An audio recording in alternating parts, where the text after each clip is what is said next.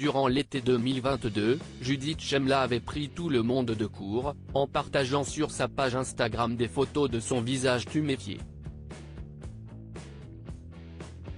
Dans un entretien accordé à Elle, paru ce jeudi 25 janvier, l'actrice a décidé d'expliquer pourquoi elle avait décidé de se montrer transparente sur les violences conjugales qu'elle avait subies.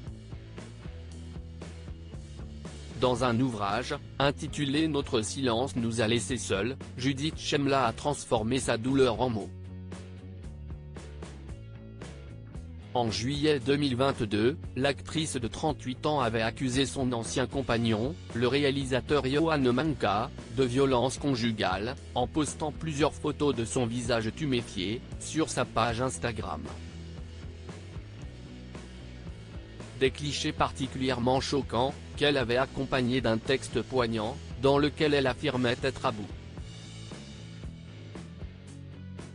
Il y a un an mon visage a été blessé, du bleu, du violet sous mon œil, je me suis vu déformé. Il y a un an j'ai regardé mon visage dans la glace et j'ai su que je ne pourrais plus me voiler la face. Le père de ma fille. Ceux qui sont capables de faire ça, il faut qu'ils soient hors d'état de nuire, avait-elle notamment écrit, soulignant ne pas avoir honte de cette photo. Un an plus tôt, Judith Chemla, qui devait se rendre au Festival de Cannes, avait annulé sa venue et porté plainte contre le père de sa fille, sans pour autant s'exprimer publiquement sur l'affaire. Après les accusations de la comédienne, Johan Manca était finalement sorti du silence, sur ses réseaux sociaux. Le 3 juillet 2021 en face du théâtre du Rond-Point, au cours d'une grave dispute, j'ai jeté un téléphone sur la mère de mon enfant.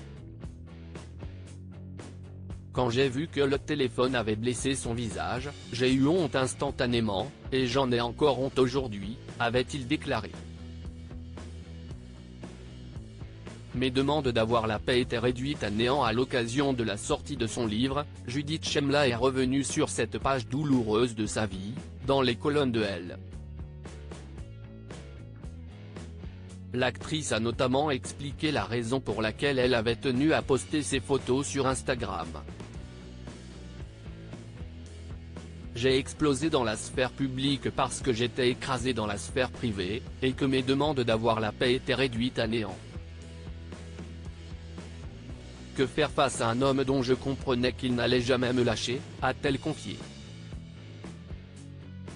Puis de poursuivre, je n'aurais jamais pensé révéler des choses aussi intimes. J'ai attendu d'être en ruine pour dire, ça suffit. J'ai pris la parole publiquement parce que je ne voyais plus rien d'autre à faire. Une prise de parole courageuse, saluée par des milliers d'internautes.